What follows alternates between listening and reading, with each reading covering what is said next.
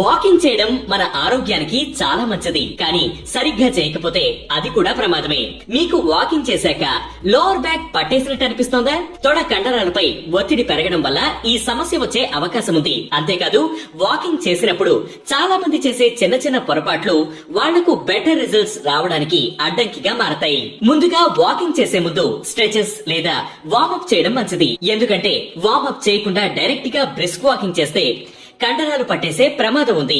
ముఖ్యంగా మీ hip flexo muscles అంటే తొడ కండరాలపై ఒత్తిడి పడుతుంది. ఇవి ఎక్కువగా స్ట్రెయిన్ అయితే అది మీ లోయర్ బ్యాక్ పై ఎఫెక్ట్ చూపిస్తుంది. వాకింగ్ చేశాక మీకు కానీ లోవర్ బ్యాక్ పట్టేసినట్టు అనిపిస్తే దానికి ఇదే కారణం.